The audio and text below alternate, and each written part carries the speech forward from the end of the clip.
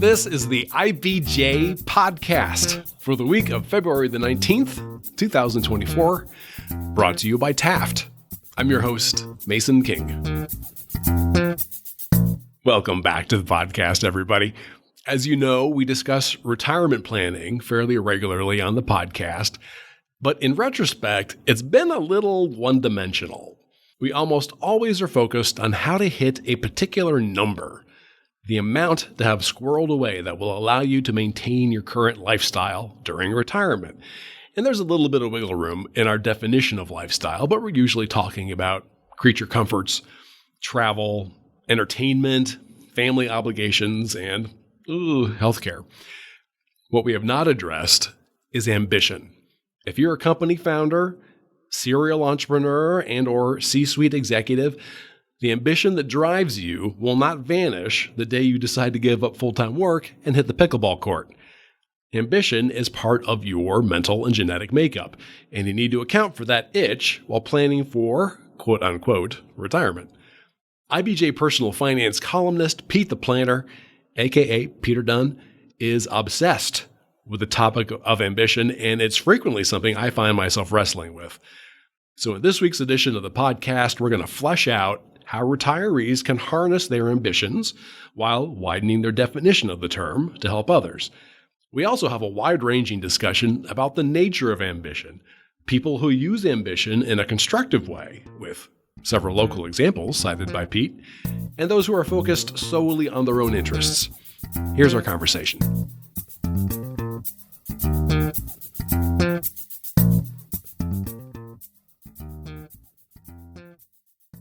As always, it is my pleasure to welcome back to the podcast, Pete Dunn, aka Pete the Planner. Thank you for making time today.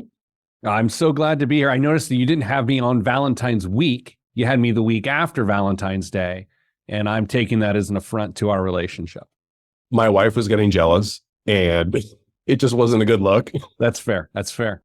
I want to follow up on an issue that you addressed in your column in the latest issue of IBJ, and I'm going to sing it because I can. Are you ready? I don't know if anyone's ready for this, but have at it, pal.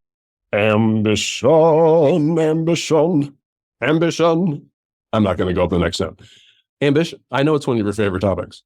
I love the topic of ambition. I do. I've toyed within the last year of writing a book about the evolution of ambition. At this point, I can't get it past a cranky older fella talking about younger generations. So that's why I have not really put keystrokes to computer yet. I got you. You know, is it interesting? I was thinking about this on the way to work, that ambition kind of has there's a negative connotation in some respects. And we're going to go deep dive into theater now. Julius Caesar, the play Julius Caesar, written around 1600, Brutus cites the reason for killing Julius Caesar as he was an ambitious man. So it's a weird word for me. I struggle with it a lot because I don't feel like I'm very ambitious, though in some things I am ambitious. I don't know how you feel. I'm loving this already. And maybe a listener or four will as well. So here's what I think. I think, first off, it's all about your perception of ambition and your relationship with that perception. Because, Mason, I find ambition to be a very appealing quality in a person. Other people find ambition to be really off-putting. So even in that thing, I'm not here to say that if you don't value ambition, that you're wrong. I'm here to say that if the spectrum is ambition and being expectant, okay, so there's ambitious and expectant, where do people's financial lives, where do their aspirations fall into that? And for me, Mason, one of the toughest things about this is there are two widely accepted definitions of ambition, and they're wildly different. So I think we got to start there because I love one of them. The other one's kind of like, yeah, you can keep it. I don't care too much about it. Oh, yeah, do that. If you just go to the old Google machine and you just Google ambition and you get the Oxford Languages version of the word, and I love this, a strong desire to do or to achieve something, typically requiring determination and hard work. Love that. And let me take Merriam-Webster and juxtapose their thoughts. an ardent desire for rank, fame, or power. Ooh. No, thank you. No, thank you. An ardent desire for rank, fame, or power. So now this could be the crux of our conversation. This might be the big takeaway. If I feel like I'm personally get down with a strong desire to do or achieve something, and it requires hard work and determination, but an outward looking person looks at me and like, well, that guy just has an ardent desire for rank, fame, or power. That's where this gets fascinating. Can I just real quick claim this idea? Like a great etymology podcast where we actually take big words or, just significant words and compare the definitions from Oxford to Merriam-Webster. There's a class of people out there that would freaking love that. I would love that. I love words so much. Oh, that'd be great. If we can go with the first definition for a second and get past strong desire, I think there's something to do or to achieve. And that's where I find this to have financial ramifications and professional ramifications. And I think it goes beyond fame or power. Now, do you want to talk about the letter that you received and you were responding to in your column? Because, that really, in particular to the idea of life goals, especially after retirement, you apply, the concept of ambition as really kind of a necessary thing to take into account when you're retiring. If you're an ambitious person, it doesn't shut off. As much as you like to say, well, hey, I've done my work. Whenever you get that exhale and you get that wiggle room to then think and live and do something else, your ambition will find something to grab onto in that more peaceful life. And you're going to have to take that into account. So I don't know whether it was a man or a woman who emailed me.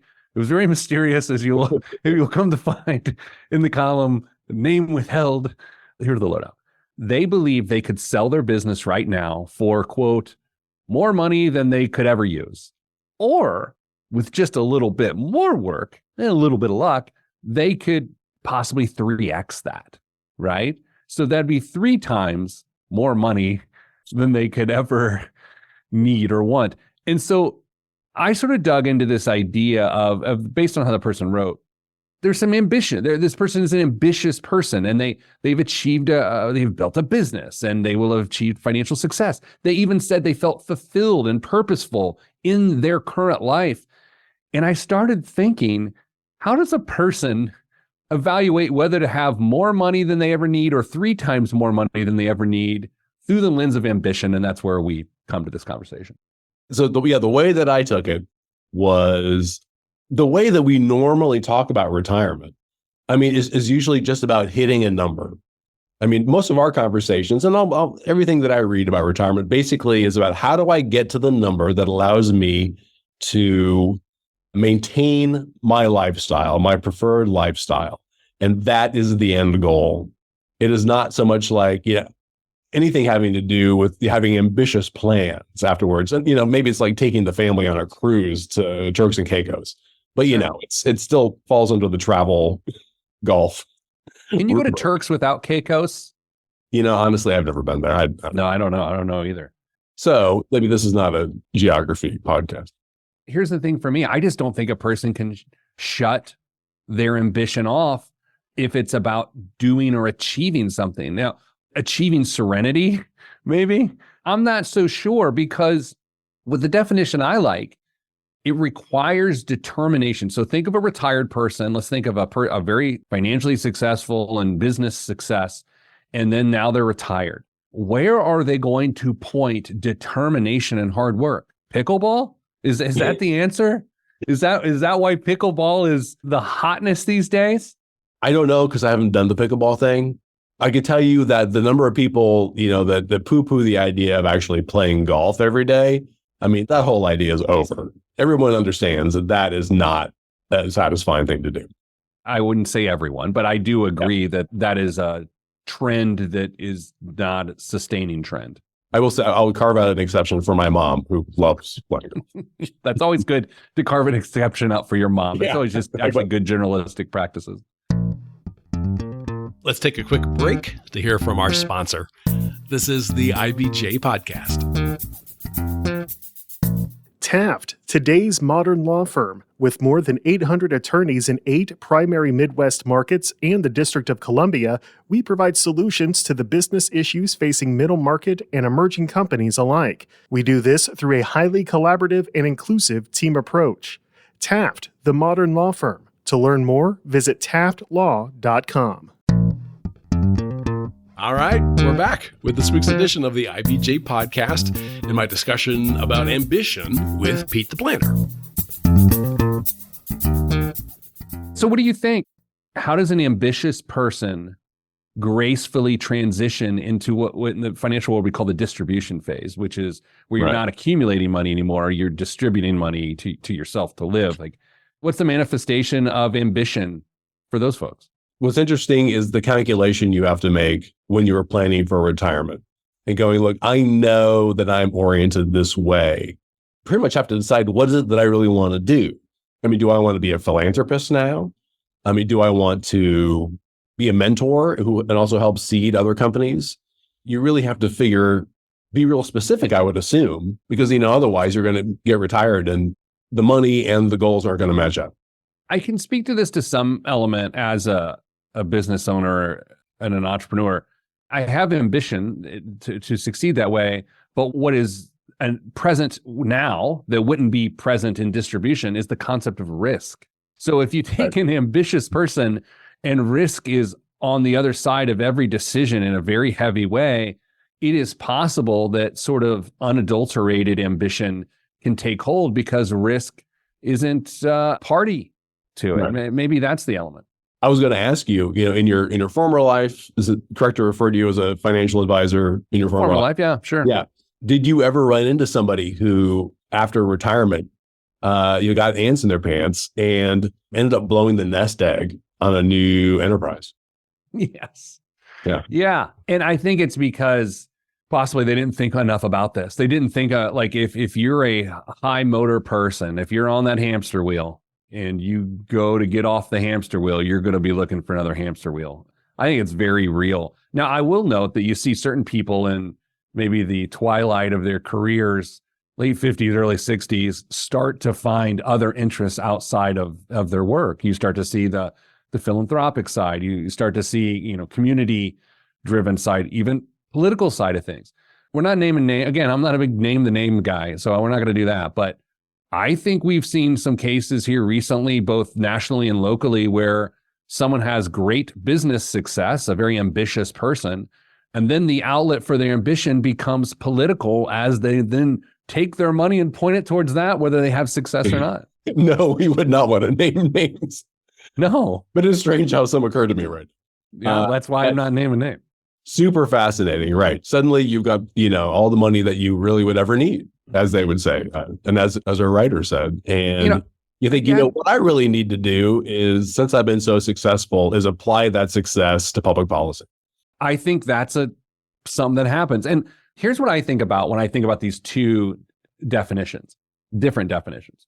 I think of influencer, YouTube creator, content creator. I think of someone who it's like, oh, what do you want to do? I want to be a YouTube creator. Okay, well, what does that mean to you? Well, I want people to watch my videos. That doesn't necessarily hard work is important for that, right? The hardest working content creators are really grinding and doing it. But as young people sort of set their sights on what they want to do, it really does become about the fame as opposed to achieving a thing other than fame. So, I mean, let's say that I'm the guy that wrote him or person that wrote him. And did they say how old they were?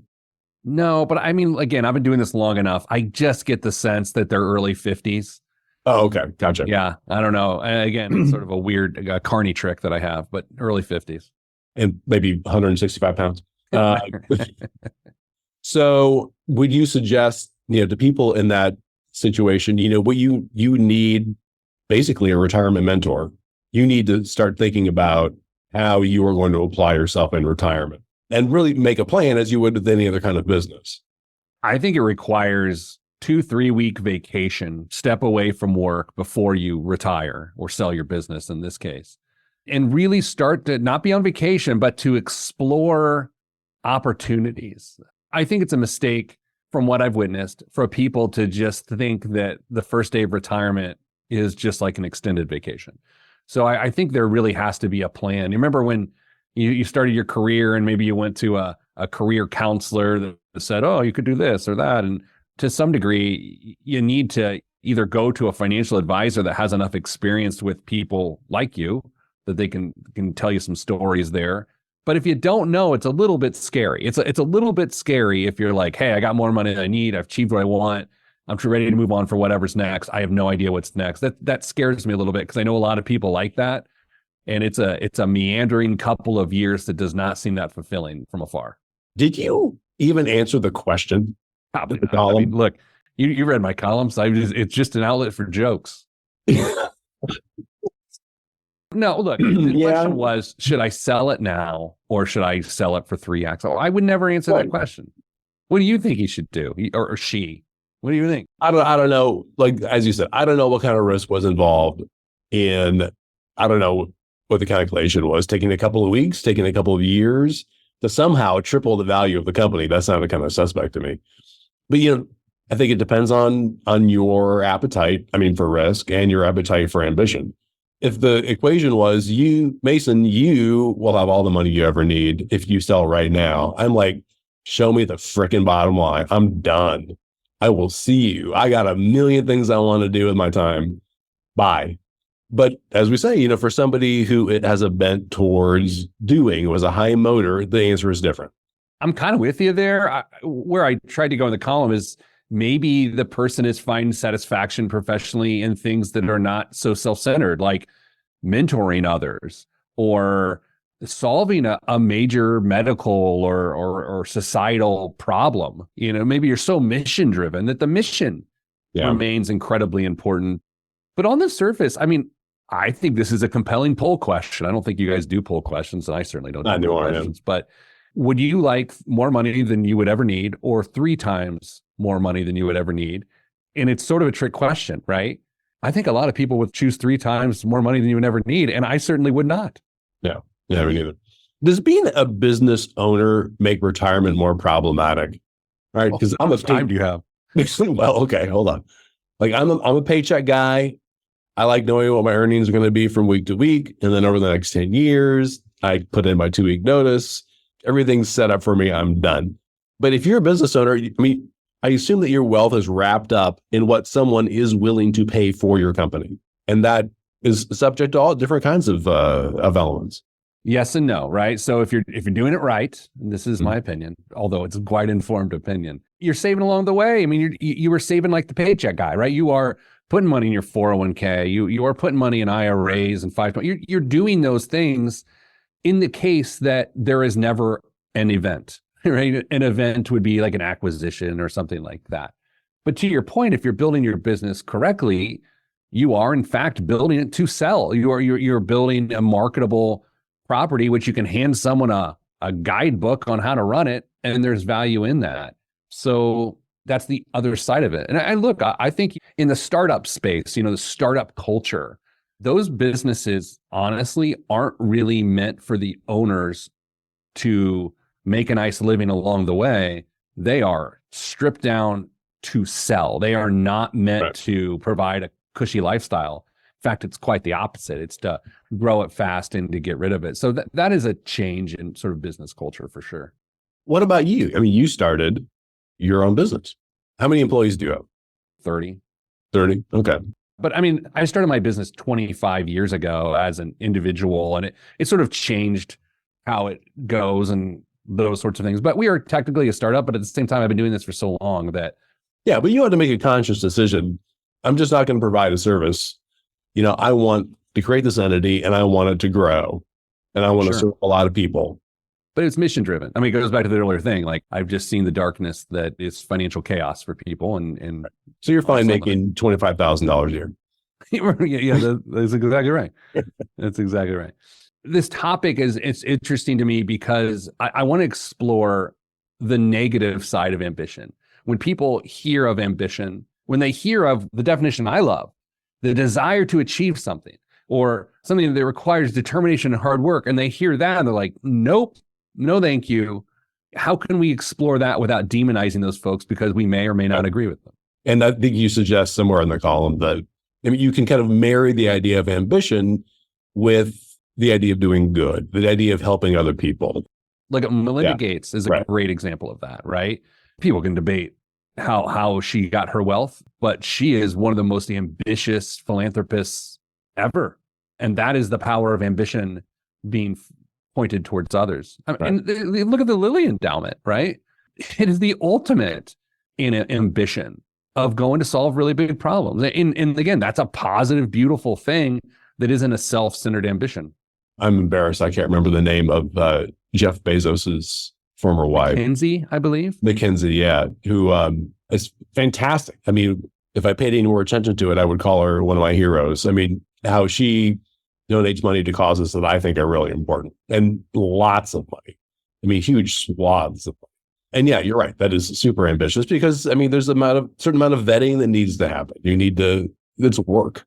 But and think through this for a second. I think where ambition gets interesting is you got to do your best to separate it from money. You have to separate. Like, is there anything more ambitious than the Wheeler Mission or Gleaner's Food Bank, right? Like, those are they're audacious in their ambition. And that's where I think a person's exploration of ambition gets interesting. You got to park the money at the door, and it's to achieve or accomplish something. What are we trying to accomplish? Oh, we're trying to solve homelessness and hunger? I mean, that's ambitious. So I was thinking about, am I an ambitious person? And initially I'm like, no, I'm not an ambitious person. And I think I'm comparing myself to, 50% of the people who are on the IBJ podcast every week. I mean, people who have founded a company or a not-for-profit. I mean, we have tons of founders on here. I consider them to be very ambitious and people who spend a ton of time trying to make things work. I'm not that guy, but I am ambitious in that I wake up at 5:30 every morning. I work for several hours, get IBJ's morning emails out. I feed my son, I get him to school, go back to work, come home, eat, do some more working. My ambition is to be a thoroughly competent and delightful employee so they will continue paying me so I can retire. That's my ambition. Does that qualify? It's interesting. Again, please know that all my comments come with respect, but that's a lovely definition of ambition. It's your ambition to sort of live your best life and be a good member of your family and your community. There's nothing wrong with that. I think where this starts to take a turn are two words. One is achievement, and the other is expectations. I found that sometimes where this gets wonky is if a person does not describe themselves as ambitious, yet they still have crazy high expectations. And that's where it gets weird. If your expectations are aligned with your level of ambition, then I don't think there's ever a problem. But if you say, hey, I expect to have the nicest house and the nicest car and the nicest vacations, but by the way, I don't fancy myself as a person who has a strong desire to do or achieve, which requires determination and hard work, then that probably is not going to work too well. But I'm not here to evaluate your feeling of ambition, although you asked me to. I think what everyone wants for their life is great as long as the expectation of what comes with it is reasonable. Besides Melinda Gates, who are some ambitious people who you admire? You want to keep it local? If you want to, I'll do it, yeah. You know who I admire? This podcast is going to be interesting. Like, how are you going to write the summary of this thing? I look at someone, one of the most ambitious people I've ever had the chance to meet a few times is Allison Langton. One of the most accomplished leaders in our community, never at the tip top of an organization, always a little bit behind the scenes, but just churning out ambitious project after ambitious project, whether it be, I think, USA Gymnastics Olympic broadcast to her work in the Indianapolis Motor Speedway and everywhere in between. That's the level of ambition that I'm talking about, because again, I'm not going to by any means make judgment about her financial life. I would never do that. But I will say, from in terms of professional ambition and success, it doesn't get any more ambitious than that. You look at the late, great Bill Osterly. That's an ambitious person, right? That just had wanted to do a lot of stuff and wanted to put the work into it. Some people might from the outside just see a wealthy individual that built wealth themselves and then got into these different projects, I would see someone who's incredibly ambitious. And you look at someone like Mitch Daniels, doesn't get much more ambitious than that, going out and trying to solve really big problems. So again, do the people I just mentioned, or do they have a certain financial level of success? Sure. But I think the qualities that really are more distinctive is their ambition. And I think for the most part there, I mean, we're talking about people who are doing what they believe will help other people. I deeply believe that about those three individuals. Yes. And I think that you were at least implying in the column that, you know, in empowerment, I mean, that is a quality that will increase your quality of life. I think so. I think if the great lesson of life is learning that your own self-interests aren't the ones to constantly serve, that's a pretty good lesson. And it's a journey for a lot of people. But what if I win the lottery? I don't know. It depends if you're ambitious or not. There's the old idea that money just magnifies who you are. Yeah, for sure. And so if you have money and you're ambitious, then you can do a lot with it. If you have money and you're not ambitious, then your money will do something. All right. Well, this is great. Well, let's stop now because I'm having a hard enough time summarizing this one as it is. Oh my gosh, how are you going to fit all this in? And for those that allowed us to have this conversation, thank you.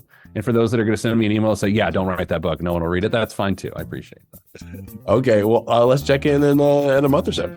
Will do. All right. Thanks, Bill. My thanks again to Pete Dunn. A quick reminder, his column on personal finance appears regularly in the print edition of IBJ, and you can find several years' worth of his work at IBJ.com. And before you get on with the rest of your week, there are a few stories in the latest print edition of IBJ I want to point out. First up, in case you missed, the images of Tyrese Halliburton emblazoned across the largest hotel in Indianapolis, or Larry Bird handing Halliburton a basketball in a highly symbolic gesture to open All-Star Weekend festivities. The internationally televised basketball bonanza was all about the new face of the Pacers and the NBA's breakout star of the 2023-24 season. IBJ Sports columnist Derek Schultz has more on the symbiotic relationship between Halliburton and his new hometown. Also in this week's issue, Susan Orr details the lawsuits filed against Cummings Inc. after it agreed to pay $2 billion late last year to settle allegations of Clean Air Act violations.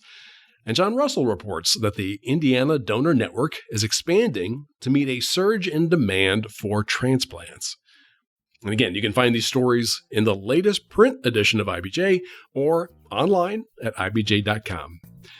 And thanks again for making time this week for the IBJ Podcast. I'm Mason King. Hang in there, everybody. We'll be back again next week.